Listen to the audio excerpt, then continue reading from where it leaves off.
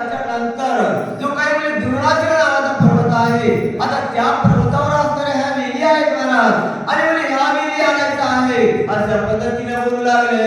पर्वताच्या अंतर्भागी दिव्य औषधी आली, सर्वकाल चिती जगी त्या हिरवी परी सेवा.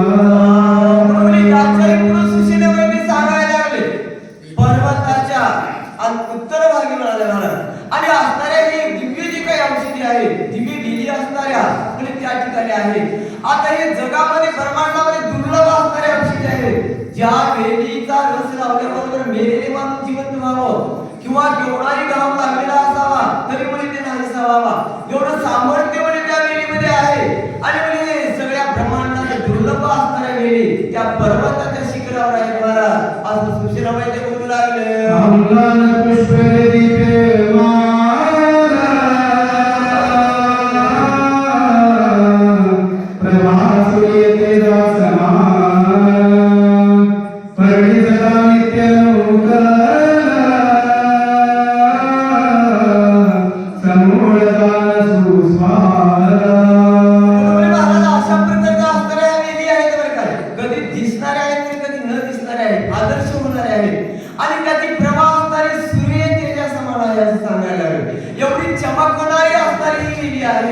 आणि या वेलीला हस्तगत करण्यासाठी फार म्हणजे तर्काने त्या ठिकाणी तर्क लावलं पाहिजे, फार तर्क वापरला पाहिजे, आणि सावधपणाने हे कार्य केलं पाहिजे. हनुमंतराया असं सुशीलाबाई ते बोलू लागले.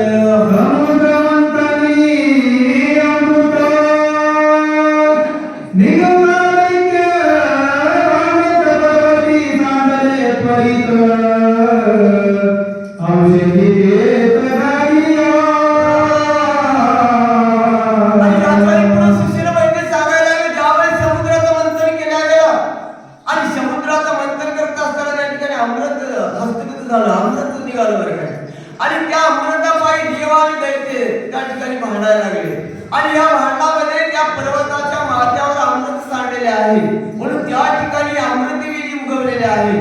त्या ठिकाणी या वेली उगवावं हे म्हणजे याचे कारण आहे, असं सुशीलाबाई ते बोलू लागले.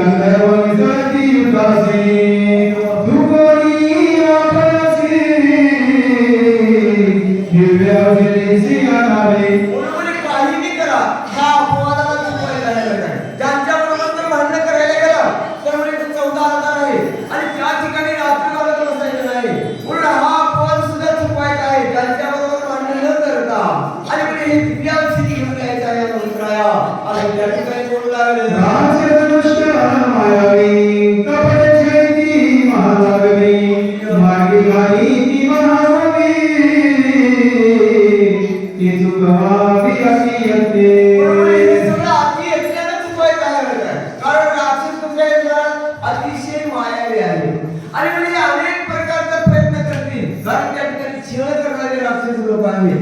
म्हणून या राक्षस लोकांचा हा अपवाद असणारा चुकवला पाहिजे, आणि आपलं कार्य आपण साधलं पाहिजे. अनुष्ठाया हे सगळं काही मार्गदर्शन असणार.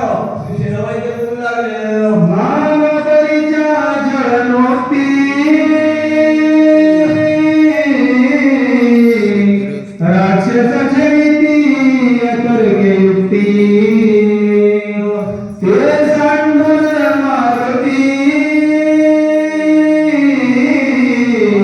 शीघ्रगती परतावे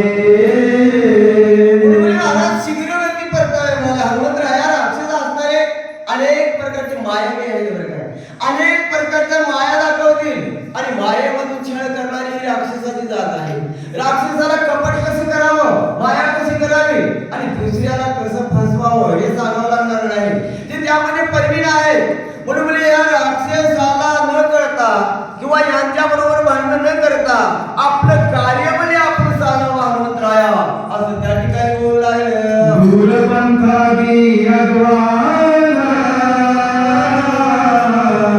निमिषा देशी क्रमोना मनोवेगे तुझं गमन आम्ही संपूर्ण कामतो. आता म्हणून याच्याही पुढे सुशेला वैद्य म्हणतात हा असणारा मार्ग अतिशय दूर आहे बरं का. आता एवढा दूर मार्गाचं कर्मण करणं तुम्हाला मनोवेगी गमन आहे हनुमंतराया. हे सगळं म्हणजे आम्ही जाणणारे आहोत. म्हणून म्हणजे तुम्हाला त्या कार्यासाठी का पाठवायला लागलो तर तुम्हाला मनोवेगाचं गमन आहे आणि हा पत्ता असणारा अतिशय लांब आहे आणि रात्रीच्या रात्री कार्य करायचं आहे अशा प्रकारचं बोलू लागले. घटाटी मलाची आई तरुण सांगेल कपिलाचा गमन करावयाचा संख्यात तवतावधारी. आणि याकडे शिष्याने वैद्य म्हणतात आता जाणं आणि येणं असणार. आता हा पर्वत इथून किती लांब आहे, याचा अंतर किती आहे, हे सगळे म्हणजे संख्या मी तुम्हाला सांगतो हनुमंता असं सुशेन बोलू लागले.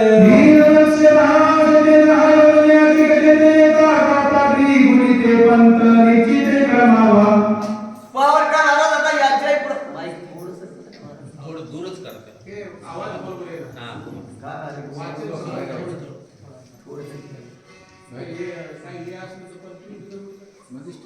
तीन लक्ष 10 देते 10 एकर अधिक देते गीता भाकरी गुणिते पंत निश्चिते क्रमावा.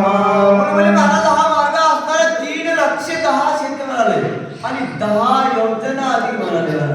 आता एवढा असणारा जाणं आणि येणं आता याचा मार्ग किती होते महाराज. आता 12,04,440 कोस हा अंतर आहे. असं सुशेन वैद्य असणार आहे त्या ठिकाणी येणं जाणं असणार अंतर हे मार्ग असणार त्या ठिकाणी सांगू लागले. सर्वत्र हे मार्गानं सूर्योदय नव्हता जाणं औषधी घेऊन संपूर्ण शीघ्र गमन करावे. आणि याच्याही पुढे सुशेन वैद्य सांगतात हनुमंतराया हे कार्य करत असताना रात्रीच्या रात्री केलं पाहिजे. जर सूर्य उदयाला आला, सूर्याची किरण जर मला लागलेल्या शक्तिपीठावर पडले तर सगळंच कार्य असेल. आता एवढं लांब गेलो औषधी आणलं आणि दिवस जर निघाला तर काहीच म्हणजे याचं उपयोग होणार नाही किंवा म्हणजे कार्य न असल्या जाईल काय. म्हणून त्वरा करा अशा प्रकारची विनंती मला सुशेन वैद्य करू लागले. रात्री अवघी अतिक्रमिता सूर्योदयाते न पावता औषधी हाता कपिनाथा अवधारी. आणि म्हणजे याच्याही पुढे असणार रात्रीमध्ये म्हणजे ब्रह्मशक्तीचा तर असा प्रकार आहे. पण जर रात्र संपली सूर्य उदयाला आला तर हनुमंतराया ते औषधी असणारे हस्तगत होणार नाही. औषधी लोक पावली एवढं जरी अंतर करमून त्या ठिकाणी गेला तर औषधी म्हणजे हस्तगत होणार नाही. औषधी तुम्हाला मिळणार नाही बरं काय, प्राप्त होणार नाही. म्हणून हे कार्य रात्रीलाच केलं पाहिजे अशा पद्धतीने बोलू लागले. उदया येता दिवाकर औषधी मंत्रतेजा समग्र होता दिनकागता क्षणमात्र नवदिवचर सर्वती. आणि म्हणजे याच्याही पुढे जर सूर्य उदयाला आला, सूर्य जर निघाला महाराज तर हे औषधी असणारी लोपल्या जाते. आता काही जरी प्रयत्न केला तरी म्हणजे औषधी त्या ठिकाणी प्राप्त होणार नाही. आणि औषधी जर प्राप्त होत नसते तर एवढं लांब जाऊन सुद्धा केलेले कार्य सगळं व्यर्थ जाईल हनुमंतराया असं सुशेन वैद्य बोलू लागले. आणि कधी जय कथकिनाथा तुझी संगे तद्वता दिवाकर उदया येता कार्य सर्वथा नसेल. म्हणून याच्यासाठी त्या ठिकाणी सुशेन वैद्य विनंती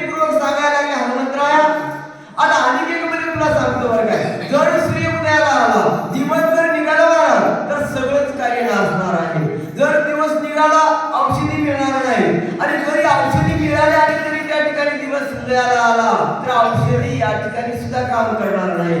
सगळं कार्य असणार आहे हनुमंतराया अशा पद्धतीने बोलू लागले. ब्रह्मशक्ती शिवपूर्ण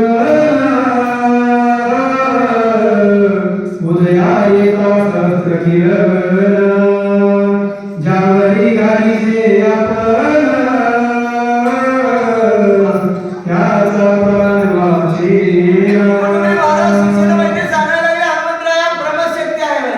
रावणाने जी शक्ती लक्ष्मणाला टाकली महाराज तिचं नाव ब्रह्मशक्ती आहे आणि तिला ब्रह्मदेवाचा प्रताप आहे. एकदा जर ही शक्ती कोण्याही महापुरुषावर टाकलो जर सूर्य उदयाला आला सूर्याचे किरण जर त्या शक्ती पिढ्यावर पडले तर त्याचा प्राण वाचणार नाही. असं त्या शक्तीला ब्रह्मदेवाचं वर्णन आहे हनुमंतराया. म्हणून म्हणजे कार्य वेगाने करायचं आहे अशा पद्धतीने बोलू लागले. जागी कपिनाथा गमन करियाता तुम्ही कवाचवली सर्वथा श्री रघुनाथा सुखदे. तुम्ही काय करा आम्ही जी काही विनंती करायला लागलो त्या विनंतीला मान देऊन लवकर सुद्धा बरं काय. आणि ज्या कार्यामुळे भगवंताला आनंद वाटला पाहिजे भगवान रामचंद्राला आनंद वाटला पाहिजे हे कार्य म्हणजे तुम्हाला करायचं आहे. लवकर जा आणि ते दिव्य औषधी आणा आणि लक्ष्मणाला उठवा हनुमंतराया अशी विनंती करू लागले. राजा सुग्रीव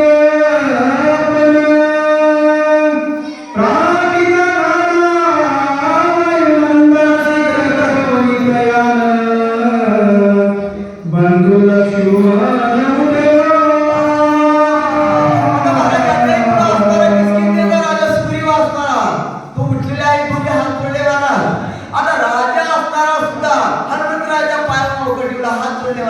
आणि विनंतीपूर्वक बोलायला लागले प्रार्थना करायला लागले. काय बोलता म्हणता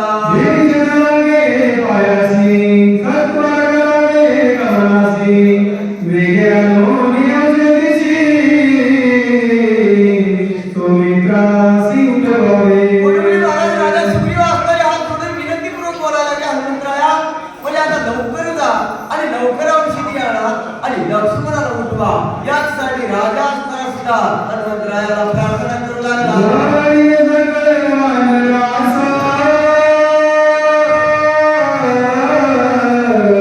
तुझ्या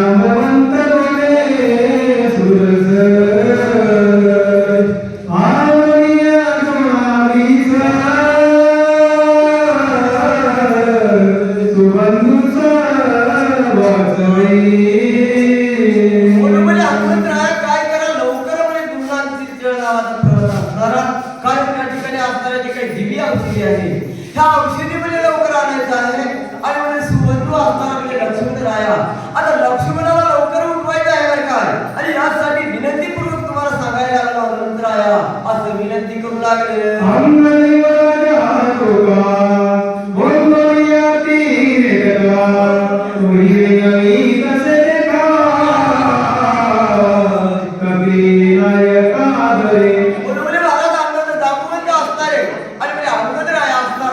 अतिशय चतुर आहे. वयाला कमी होता लहान होता पण अतिशय हुशार होता आणि अतिशय नेटक बोलणारा होता बरं काय. म्हणून त्याला शिष्टाईला पाठवलं होतं. एवढे 18 पक्ष अंगणगार होते पण बोलण्यात चतुर असणारा अंगद होता महाराज. म्हणून तो अंगद असणारा सुद्धा हनुमंतरायाला काय म्हणतो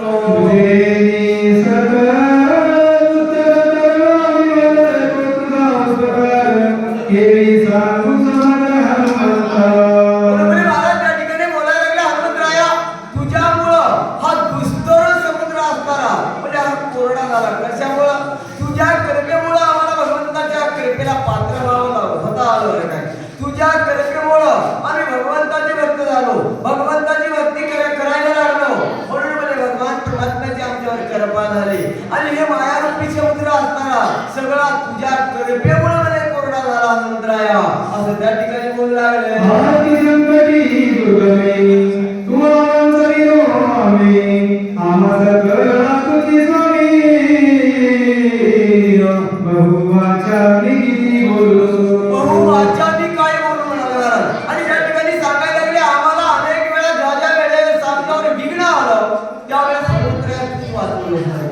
अति संकष्टी दुर्ग ज्यावेळेस अति संकष्टामध्ये आम्ही सापडलो म्हणता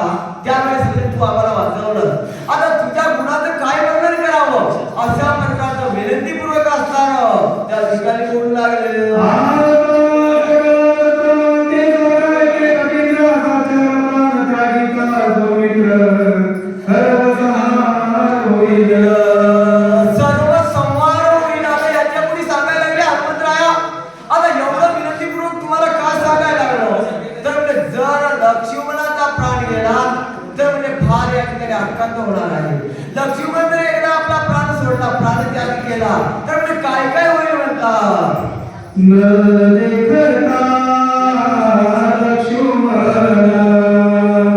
राम तत्काळ सोडी प्राण. त्याच वेळी सुग्रीवाला देईल प्राण तत्काळ. आता महाराज त्या ठिकाणी बोलायला लागले जर लक्ष्मण मरण पावला, भगवान प्रभू रामचंद्र आपला प्राण ठेवणार नाही. आणि भगवान प्रभू रामचंद्र जर प्राण त्याग केले, राजा सुग्रीव मध्ये आपला प्राण त्याग केल्याशिवाय राहणार नाही. आता राजा सुग्रीव जर प्राण त्याग करीत असलं तर सगळे वानर लोक असणार हनुमंतराया, कोणीच म्हणजे या ठिकाणी जिवंत राहणार नाही. सगळे म्हणजे वेळ पावते अशा पद्धतीने बोलू लागले. सुग्रीवापाठी विभीषण राहे श्रावस्ती. रावणाला काय गोष्टी सगळा सृष्टी आकांत. सगळं सृष्टीमध्ये आकांत होईल महाराज. आता राम लक्ष्मण जर मरण पावले, राजा सुग्रीव मरण पावला तर विभीषण असणार आपला प्राण ठेवणार नाही. आता विभीषणासारखे महान युद्धी असणारे राजा सुग्रीवासारखे जर मरण पावले तर आता इतरवान लोक तर जिवंत राहणार नाही. आणि एवढंच नाही, सगळ्या सृष्टीवर आकांत होईल. कसा कसा होईल म्हणतात. ऐकतांची सीता सुंदर निमेष मात्र सवेग त्यागिन शरीर होईल. आता एवढं जर ऐकलं महाराज तर सीता देवी असणारी, तिला जर ही वार्ता त्या अशोकवनामध्ये कळाली तर ती सीता सुंदरी असणारी एका क्षणामध्ये आपला प्राण त्याग करेल. आपला मालक असणारा भगवान प्रभू रामचंद्र प्राण सोडलेले आहे. लक्ष्मण मरण पावला, हे ऐकल्यामध्ये सीता देवी आपला प्राण त्याग करेल. आणि म्हणजे सीता देवी प्राण त्याग केल्यावर काय काय दुःख होणार आहे असं त्या ठिकाणी बोलू लागले. भरत शत्रुघ्न ऐकता प्राण सांगितला बलवता. ऐकतांची ती